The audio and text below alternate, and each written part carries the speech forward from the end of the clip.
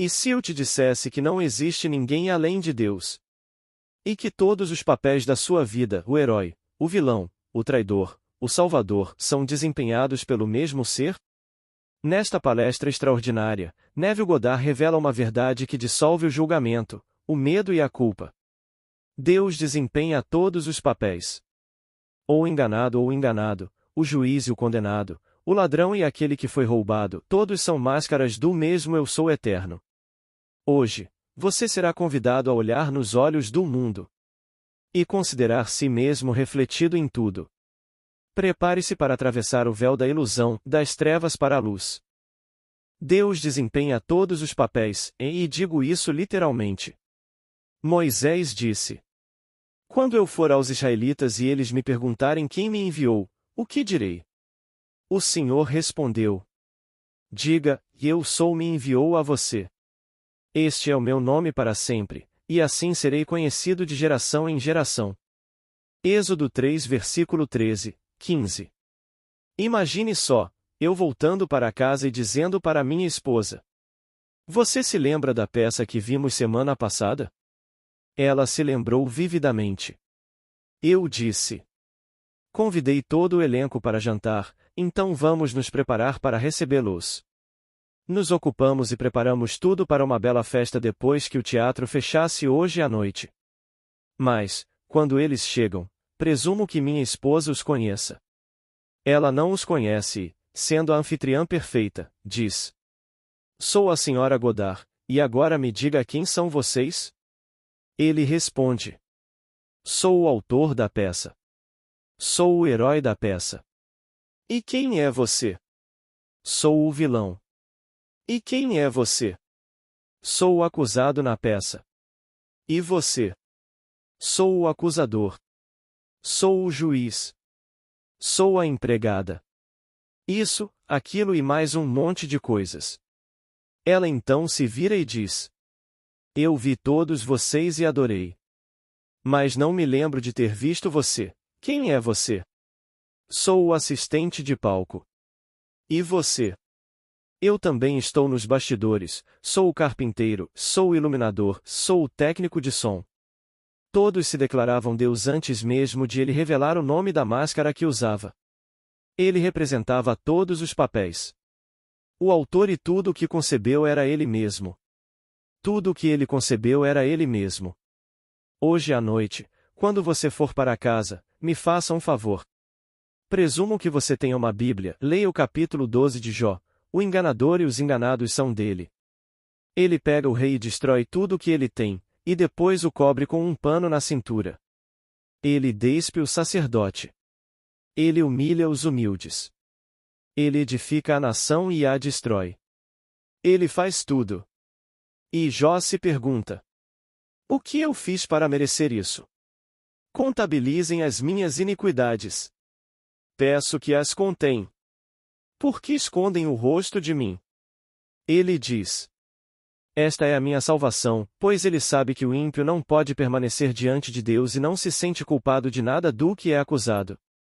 Então ele sabe: Vou comparecer perante o Senhor e esta é a minha salvação.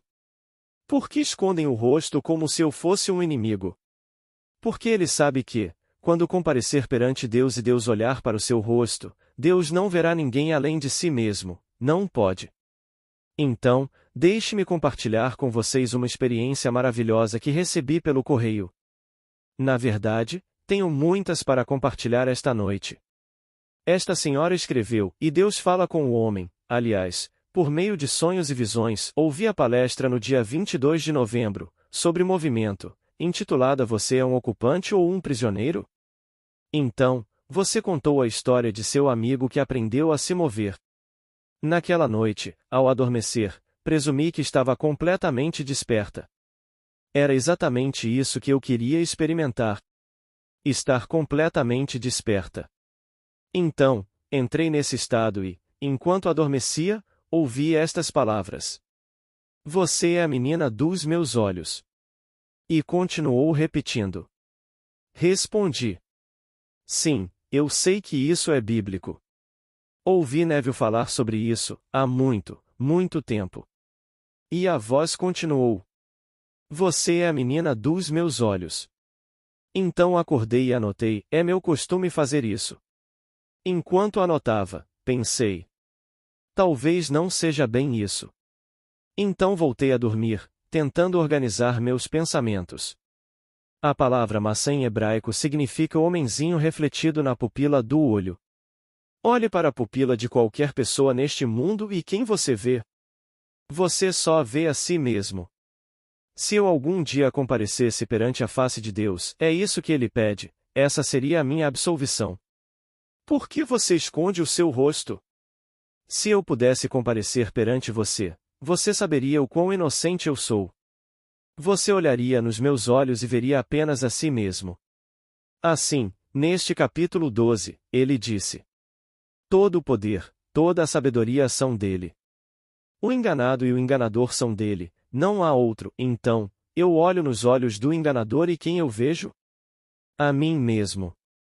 Eu olho nos olhos do enganado e quem eu vejo? Vejo apenas a mim mesmo. Não há ninguém neste mundo, se você enxergar com clareza, além de si mesmo. Não há ninguém. Deus desempenha todos os papéis. Então ela disse. 2 noites depois, enquanto adormecia, ouvi estas palavras. Em Deus não há preto nem branco, judeu nem cristão, e elas continuaram se repetindo sem parar. Então me levantei e anotei. Novamente pensei. Isso é escritura, mas não está citado corretamente, mas não conseguia me lembrar da citação exata. Então voltei para a cama, lutando para encontrar a citação certa. Enquanto fazia isso, a mesma voz veio. Em Deus não há preto nem branco, judeu nem cristão, e de repente nosso bem apareceu. Agora vou pedir a bem que se levante. Nosso bem apareceu e me disse. Eu não sou essa pele negra que você vê, eu sou Deus. Então ele desapareceu e minha vizinha da porta ao lado, ela chama de Frieda, apareceu. Ela disse. Eu nasci na fé judaica, mas eu sou Deus. E então ela acordou. Aqui, eu não sou preto nem branco, eu não sou cristão nem judeu, eu sou. Bem, no dia seguinte chegou outra carta. Não vou contar tudo. Essa amiga escreveu. Em um sonho, tive uma experiência com um negro. Vi um jovem negro, o mais negro que se possa imaginar, e ele estava apavorado, com tanto medo. Então apareceu uma mulher, que me pareceu ser espanhola. Ela usava uma saia de couro para montar, um chapéu preto e um chicote preso ao pulso. Um chicote é simplesmente um tipo de chicote que se prende ao pulso.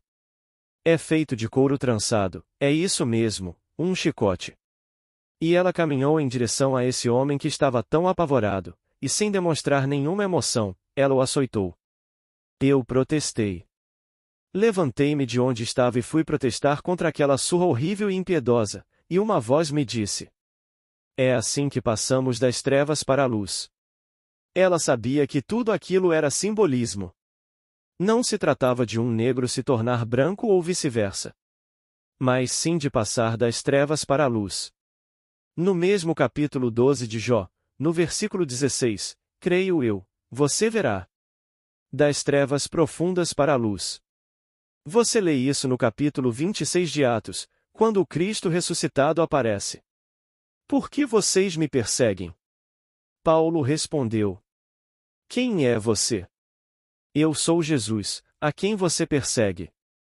E então ele o envia para abrir os olhos daqueles que estão nas trevas e guiá-los das trevas para a luz. Versículo 18. Então chegou outra carta, tudo na mesma semana, e nela ela disse. Fui a um bazar beneficente e havia todo tipo de presente, joias e relógios, e eu queria um relógio. Olhei todos os relógios, mas eram velhos e feios, então não me interessei. Aí vi um, e era um relógio estranho, e pensei que serviria. Mas recusei, coloquei de volta na prateleira. Depois subi para um andar superior e lá encontrei um relógio de esmalte azul, um relógio lindo. Pensei em levá-lo.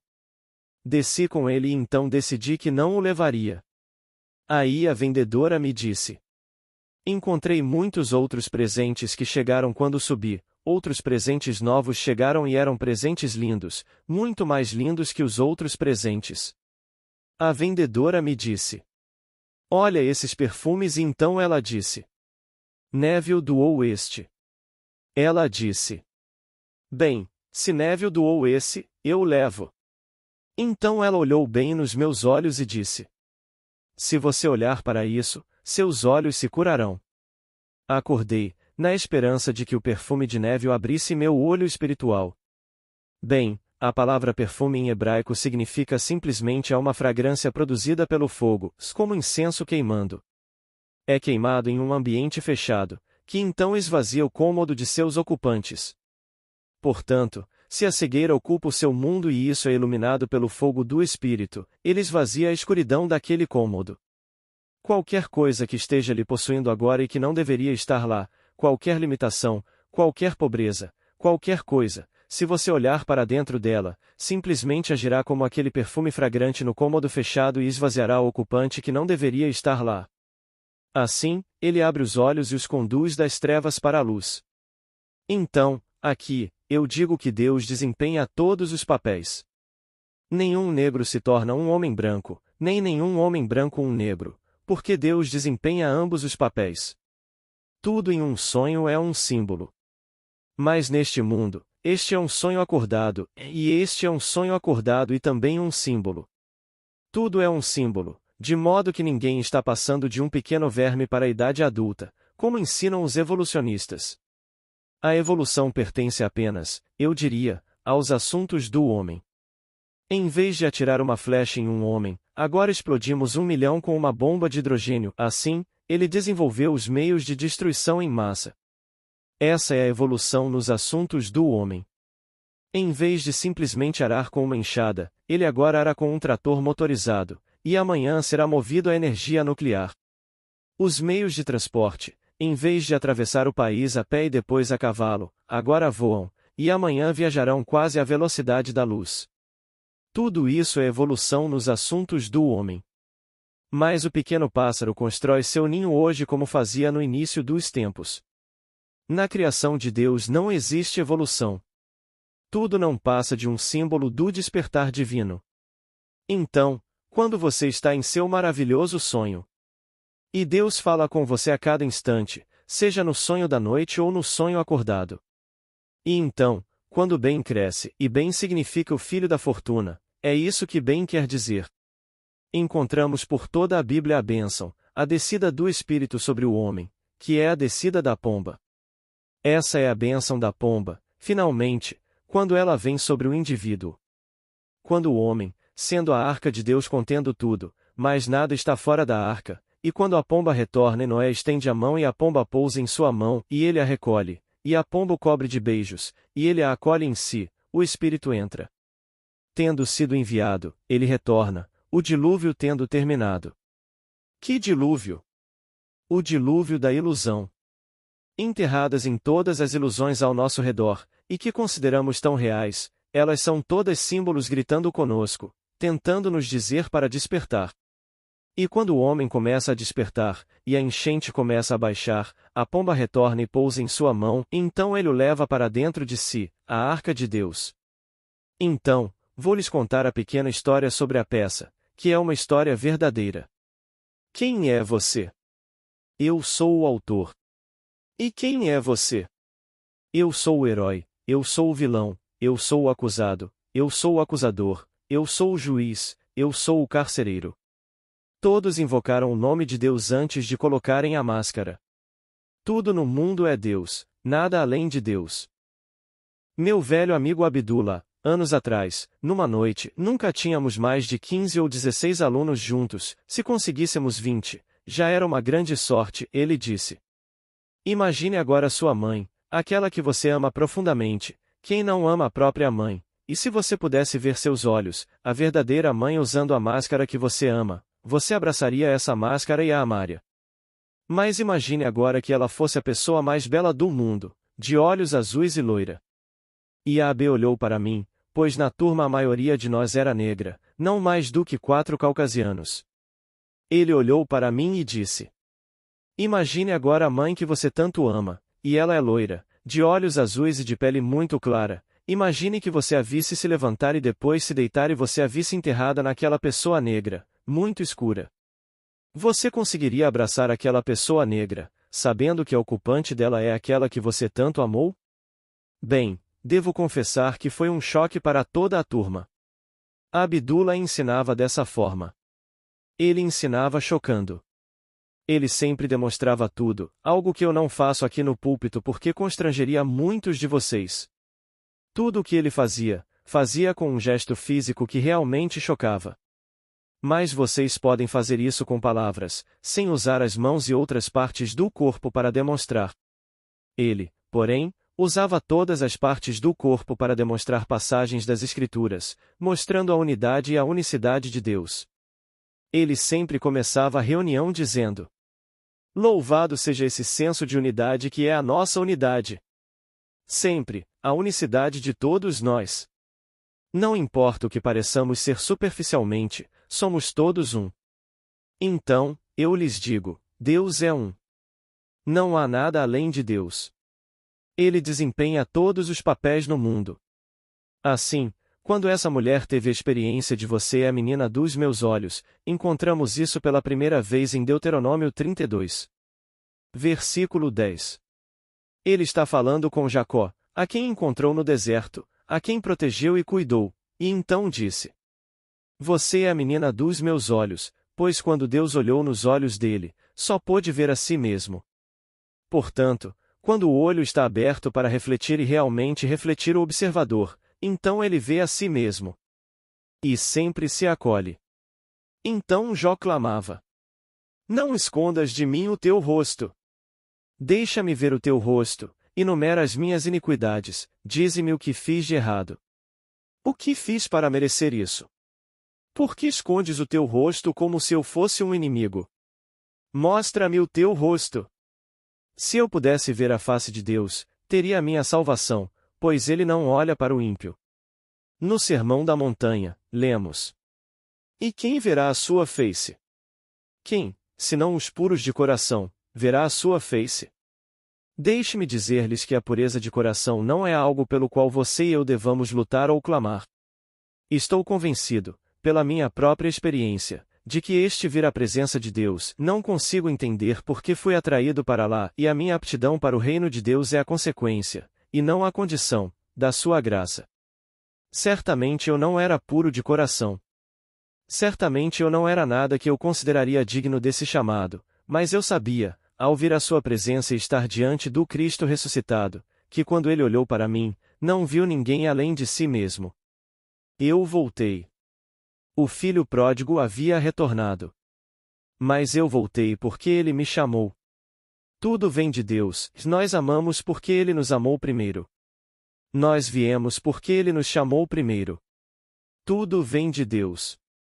Então, eu, em minha angústia, representando o papel do filho pródigo, certamente não mereci o direito de entrar na presença de Deus. Mas, de uma maneira ainda não explicada, ele abriu meus olhos para que refletissem. E eu entrei em sua presença por meio do seu chamado e, quando ele olhou nos meus olhos e fez uma pergunta simples, a resposta foi tão óbvia, pois eu estava olhando para a resposta. Que Deus é amor. Então ele me abraçou e nos fundimos e nos tornamos um, e ele elevou meu corpo humilde, naquele momento, para ser um com seu corpo maravilhoso e glorioso. Mas certamente eu não mereci isso. Portanto, não posso dizer a ninguém que você pode merecer isso. Paulo fez uma pergunta. Você mereceu isso? Então por que você se vangloria e se orgulha? Se você merecesse, poderia se vangloriar, mas você não mereceu. Apenas espere que a graça de Deus chegue a você em breve. Então você só pode ter esperança. E ninguém pode dizer o quão perto você está disso. Mas, pela minha experiência e pelas visões que estão por vir, eu diria que muitos de nós estamos muito perto. E eu, pessoalmente, aguardo ansiosamente a bênção da pomba sobre um amigo meu, que já teve 3 das visões. Ele sente que não está tão perto, mas eu sinto que está muito perto, e acho que ambos nos esquecemos do intervalo de tempo entre a última pomba e a próxima. Ele não datou a carta dele e eu também não datei a minha quando a recebi. Deveria ter datado, mas isso também está nas Escrituras. Ele vem como um ladrão. Se eu tivesse datado, estaria ligando para dizer a ele que é hoje à noite. E não se faz isso. Virei no meu tempo certo e ninguém saberá. Virá de repente. Mas tenho a sensação de que não está longe, está quase sobre nós. Aguardo ansiosamente a bênção da pomba. Quando a água retorna e a inundação termina, todas as ilusões desaparecem e então o olho se abre completamente. E quando o olho está aberto, você dorme, mas não dorme de verdade. Acordei no dia 1º de dezembro de uma experiência que estava tendo em São Francisco, entretendo um pequeno grupo, como sempre faço quando vou para lá, e como farei novamente em janeiro, e eu estava explicando que vocês não estão realmente vendo o ser que eu realmente sou. Eles disseram: bem, eu estou vendo o ser que conheço. Eu disse: não, vocês não estão. Mesmo agora, neste exato momento, a máscara que eu uso, vocês sabem, e ela se assemelha àquela que vocês tocaram no ano passado, mas esta não é a mesma máscara. É uma máscara diferente, mas se assemelha àquela máscara. E então essa senhora, chamada Jo Craig, disse: Neville, sempre que acho que te entendo, você me perde. Justo quando penso que realmente te entendo, você desaparece e eu me perco. Aqui está você diante de nós, me dizendo que o que estou vendo não é o que vi no ano passado. Entendo que é algo que te encobre e que o ser que você realmente é eu não vejo. Mas não me diga que este não é o mesmo ser que vi no ano passado. Eu disse: não, não é o mesmo ser. O ser que você viu no ano passado eu deixei em uma cama em casa, em Los Angeles. Ela disse: não, isso é um absurdo. Eu disse: tudo bem. Boa noite e desapareci, e acordei na minha cama em Los Angeles. Estava tão desperto quanto estou aqui agora, tão desperto quanto antes. Eu sabia exatamente o que estava fazendo. Eu conseguia ver Jo à minha frente, e ela era simplesmente a mesma senhora adorável e gentil de sempre, e disse: acho que agora o entendi completamente, exatamente como o tinha antes. Agora ele me diz que não foi isso que eu vi no ano passado, que eu não toquei neste corpo no ano passado. Então eu digo a vocês, Deus desempenha todos os papéis. Não há nada além de Deus. Portanto, seja ele um ladrão, um assassino, o juiz que julga e condena, o carcereiro que os coloca na prisão, o guardião que vigia, tudo é Deus. Façam-me um favor e não durmam antes de lerem o capítulo 12 de Jó. Na verdade, todo o livro de Jó é o livro do homem. Mas do versículo 13 ao 25, leiam do 13 em diante. E então, é claro, vocês ficarão tão entusiasmados que lerão o capítulo 13. E tudo é tão fantástico. O seu apelo para ver a face de Deus, porque ele sabe que os ímpios não podem permanecer em sua presença. Porque no momento em que você permanece, mesmo sendo ímpio, no instante em que ele pode se ver refletido em seus olhos, a menina dos seus olhos, então ele o abraça. Ele se abraça e, portanto, naquele momento você deixa de ser ímpio e se torna um com o Cristo ressuscitado, que é Deus. Reflita sobre isso. Tudo neste mundo está ao seu alcance. Você o conquista por uma mera suposição. Uma mera suposição, é só isso que você faz. Você ousa presumir que é o homem que gostaria de ser e dorme na suposição de que realmente é assim, e veja o que acontece. Porque todo ser no mundo é você mesmo, e todos desempenham os papéis que você está agora representando, e todos que contribuírem para o nascimento dessa suposição o farão. Você não precisa pedir a eles, porque você está desempenhando todos os papéis. Se for preciso um ladrão para fazer isso, o ladrão o fará. Que homem pode olhar para trás, para sua fortuna, e saber em seu coração que apenas homens supostamente honestos a conquistaram? Você acha que alguma grande riqueza neste mundo suportaria o choque se soubesse como aconteceu? A riqueza que possui? Comecemos pelos reis e imperadores do mundo. Se eles soubessem o que foi investido nas fortunas que agora desfrutam. E chegando aos grandes barões das finanças do mundo. Claro, nós justificamos isso colocando vendas nos olhos. Dizemos que é maravilhoso ter todo esse dinheiro. Nos tornamos tão santos. Mas Deus não se deixa enganar. Então, no fim, Ele nos chama um por um. E então podemos olhar para o nosso passado e ver o vasto mundo como nosso jogo. E todos os horrores que Ele nos trouxe. Mas no fim, tudo é perdoado. Pai, perdoa-lhes, porque não sabem o que fazem. Lucas 23, 34. Então, essas experiências maravilhosas que tenho vivenciado nas últimas 2 semanas, eu não tenho palavras para agradecer por compartilhá-las comigo, para que eu, por minha vez, possa compartilhá-las com todos que estão aqui. Pois todos estamos despertando. E no fim, toda a sabedoria do mundo será como nada. Então, Jó, neste capítulo, afirma: o poder e a sabedoria são dele. Bem, quem é o poder e a sabedoria? Paulo nos diz em sua carta aos Coríntios: Cristo é o poder de Deus e a sabedoria de Deus. 1 Coríntios 1 versículo 24. Então, o que é esse poder e sabedoria de que Jó fala? Ele nos diz que o enganado e o enganador são dele, o mesmo poder criador criou o enganador, assim como o autor. E Deus, o autor, está desempenhando todos os papéis. Minha querida amiga e companheira, Grace Griffith, estava em casa com Jack há alguns anos quando essa série passou na TV, num domingo à tarde. Era simplesmente sobre as grandes eras da humanidade, os reis da Inglaterra. Não me lembro se era Ricardo III. E belas palavras saíam de sua boca, como G. Good explicaria agora.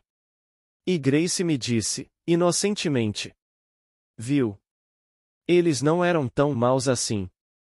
Eu disse: Grace, minha querida, Shakespeare disse isso. Ah, sim, sim, Neville. 1 segundo depois. Viu? Eles não eram tão ruins assim. Eu disse: Grace, querida, Shakespeare disse isso. Sim, sim, sim. E assim continuou, e 1 segundo depois ela se esqueceu que era Shakespeare quem estava fazendo tudo aquilo. Então Hamlet disse à sua mãe: assuma uma virtude se você não a possui. Quem disse isso? Shakespeare disse isso. Que Hamlet? Shakespeare estava presente para ouvir o que o dinamarquês disse? Ele estava presente para ouvir o que César disse? Tudo está na mente de quem quer que seja Shakespeare. Então você quer culpar alguém? Culpe Deus, ele desempenhou todos os papéis, porque ele me deu Cristo, me deu seu poder criativo, para usar ou abusar. Ele me deu a sabedoria para usar ou abusar, pois ele me deu Cristo e Cristo é o poder e a sabedoria de Deus. Cristo existe e reside como uma semente na alma de cada homem. E essa pequena semente se desdobra e é chamada de ser formada no homem. Então trabalharei convosco até que Cristo seja formado em vós. Gálatas 4 versículo 19. Então aqui está ele reside como uma semente na alma de cada homem no mundo para que o homem possa respirar. O homem pode realmente criar, mas o quê? Ele não escreve uma carta ou talvez nem consiga escrever, mas ele pode imaginar e cria. Ele cria todas as coisas estranhas, deuses fantásticos, e o faz esta forma, aquela forma ou outra forma. Um dia, tendo desempenhado todos os papéis e sofrido todos os papéis, o Cristo ressuscitado o chama e vê refletido em seus olhos a si mesmo. Então ele desempenhou todos os papéis. O que mais ele pode desempenhar? E ele o acolhe, o retorno do filho pródigo.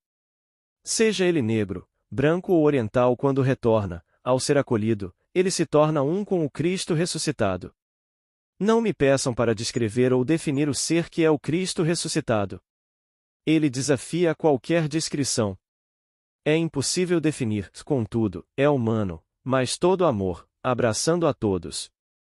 Então, nenhum homem negro está passando do preto para o branco, e do branco para alguma outra cor.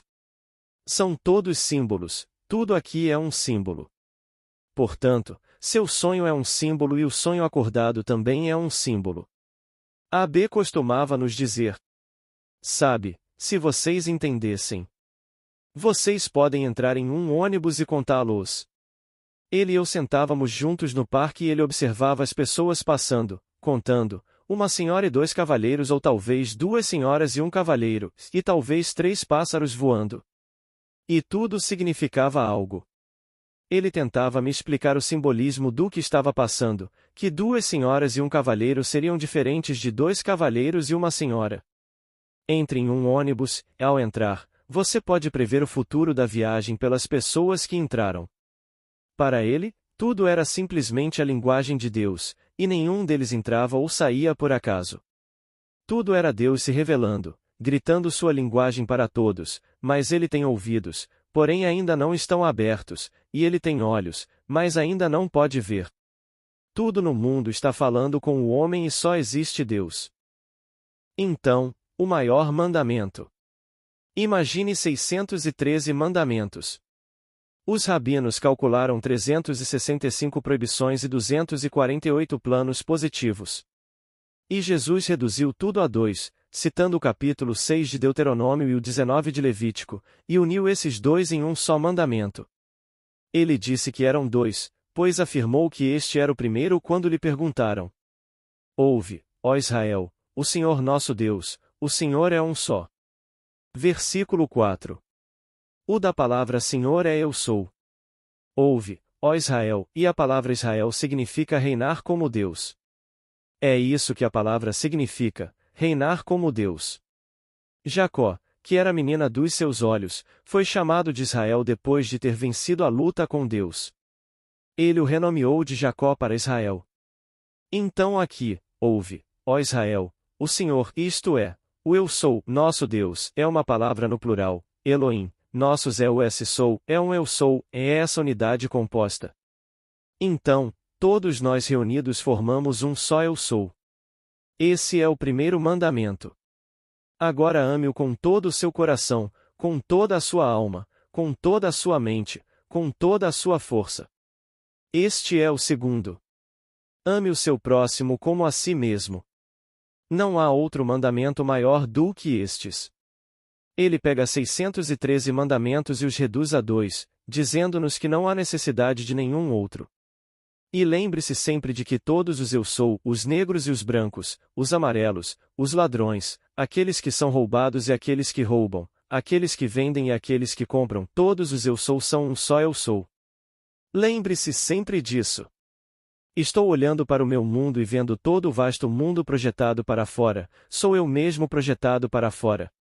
Agora ame este ser central, o meu próprio Eu sou, é tudo um, com todo o meu coração, com toda a minha alma, com toda a minha mente, com toda a minha força.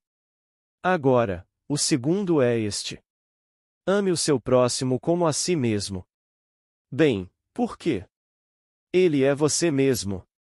Quando algo acontece. Como esta pequena história simples. Em Nova York, um homem apareceu no meu apartamento e disse que vinha de São Francisco e que estava ali porque só receberia o salário em 2 semanas e não tinha como pagar o aluguel. Ele pagava apenas $4 por semana e perguntou se eu poderia ajudá-lo. Eu perguntei: de quanto precisa? Ele respondeu: só $10. Eu perguntei: $20? Ele disse que sim, então dei a ele $20 e ele foi embora. Bem, ele é um daqueles farsantes.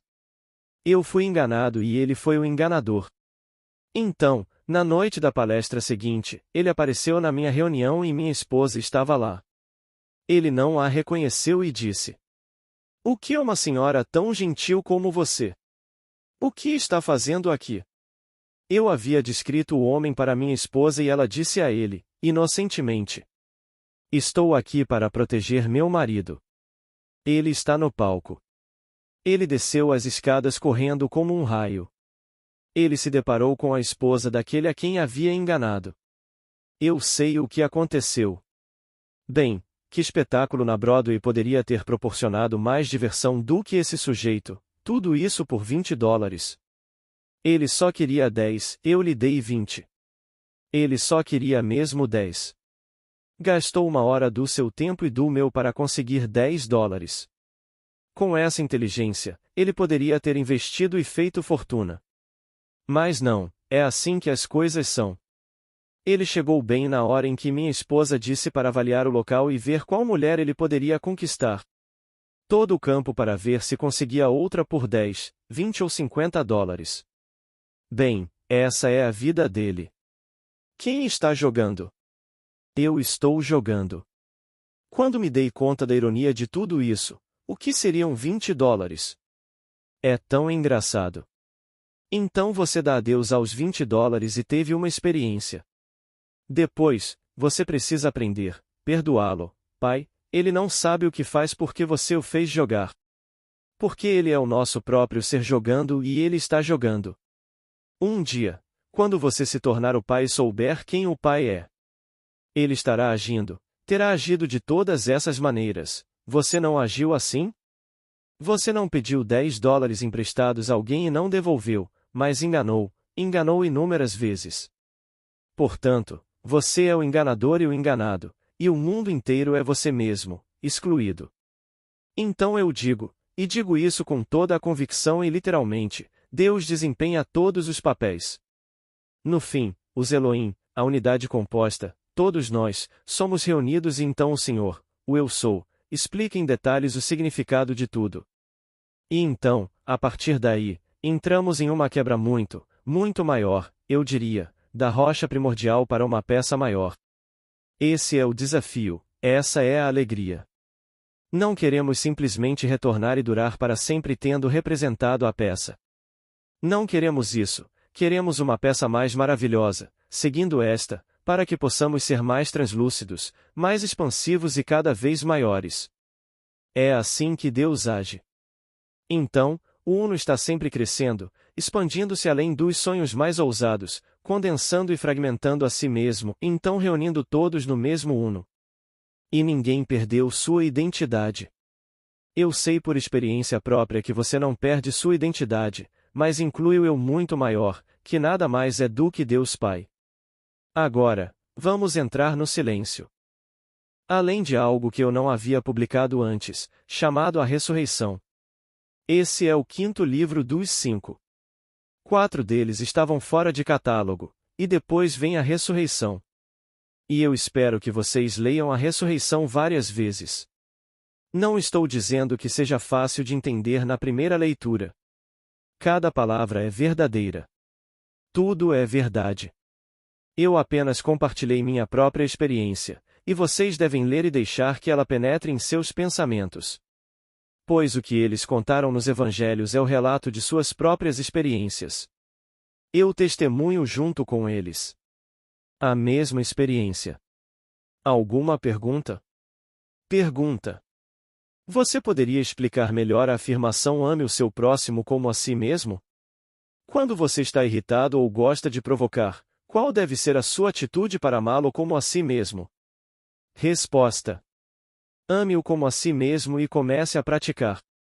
Como nos é dito nas primeiras palavras do Evangelho mais antigo, o Evangelho de Marcos, as primeiras palavras da Bíblia são estas: o reino dos céus está próximo.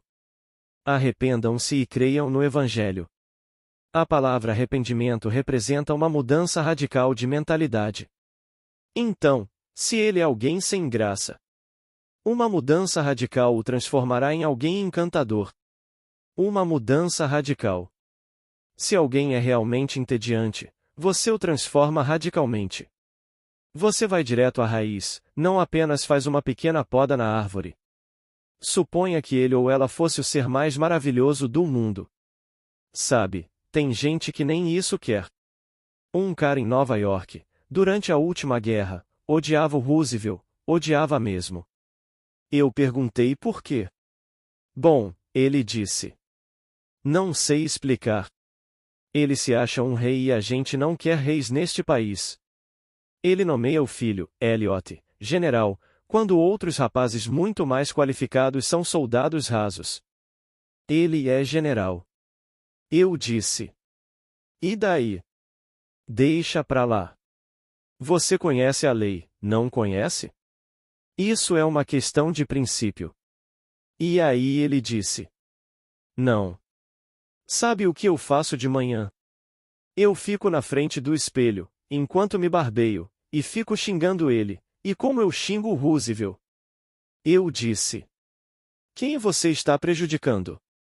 Você fica se olhando no espelho e xingando o Roosevelt, dizendo que ele é um vagabundo, que ele é isso, que ele é aquilo, e que ele se acha um rei.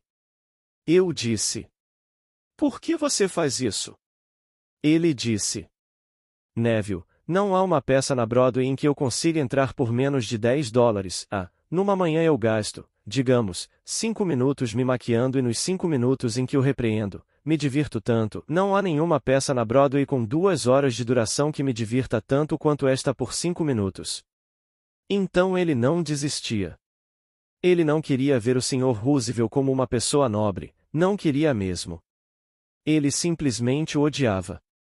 Era filho único de pais dedicados e tinha muito dinheiro, mas não queria ter nada a ver com o Sr. Roosevelt.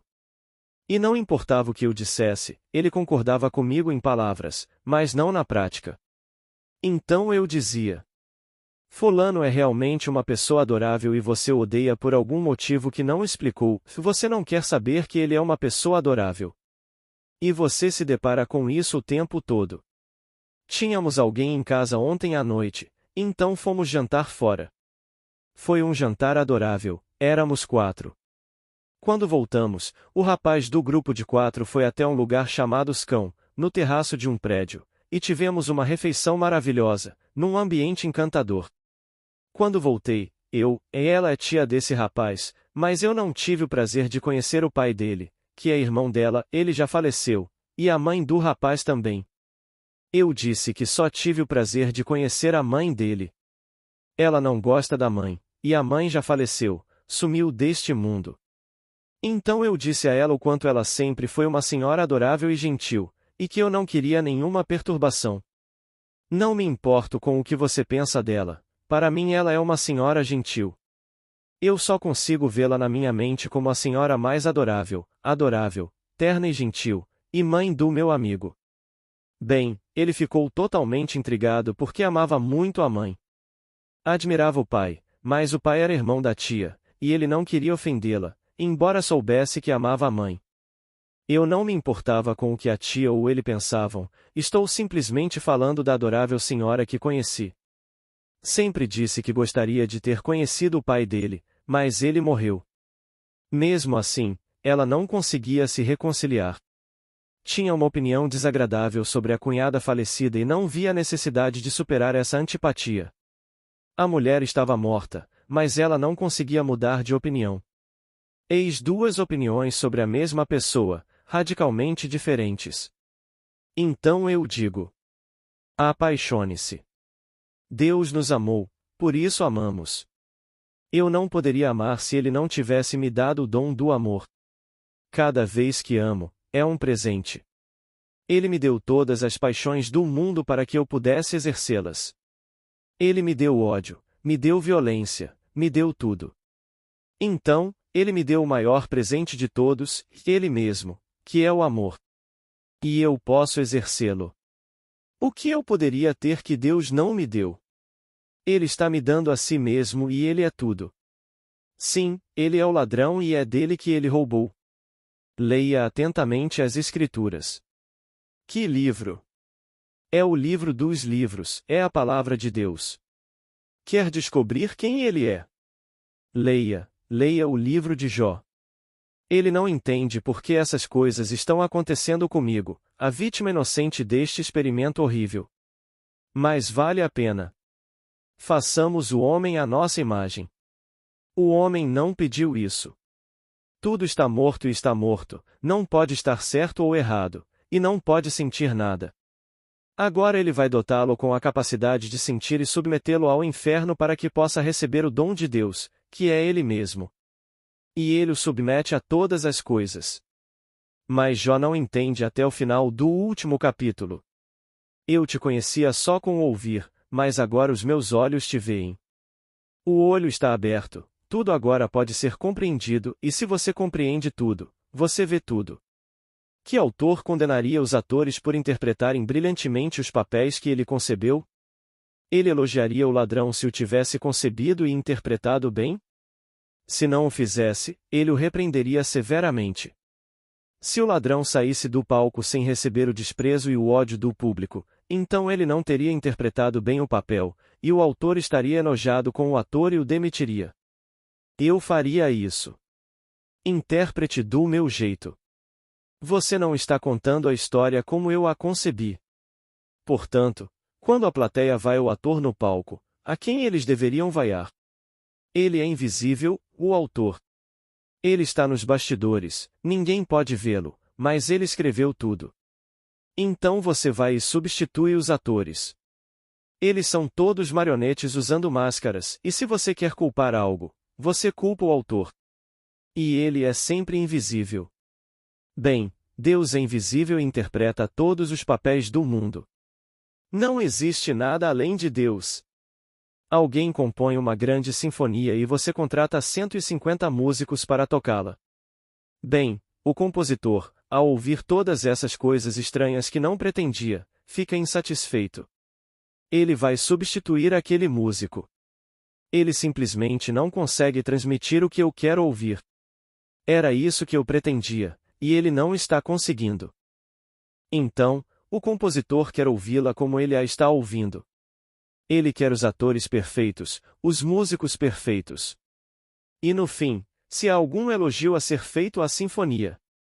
Músicos, eles fizeram um trabalho belíssimo interpretando o que um homem concebeu. Bem, um só. Ouve, ó Israel, este é o primeiro mandamento, o Senhor, nosso Deus, o Senhor é um só. Então você começa a praticar a revisão. Na Bíblia, isso se chama arrependimento. E aqui, nos dias de hoje, entendemos o que significa revisão, mas o arrependimento se tornou tão carregado de significados que não transmite nada ao homem além de remorso e pesar, e não é nada disso. Então, hoje as igrejas falam de arrependimento e que você tem que se arrepender, fazer penitência e todas essas coisas. Isso não tem nada a ver com arrependimento. Então, no meu escrito, eu o removi e mudei o nome de arrependimento para revisão, porque hoje entendemos o que significa revisão.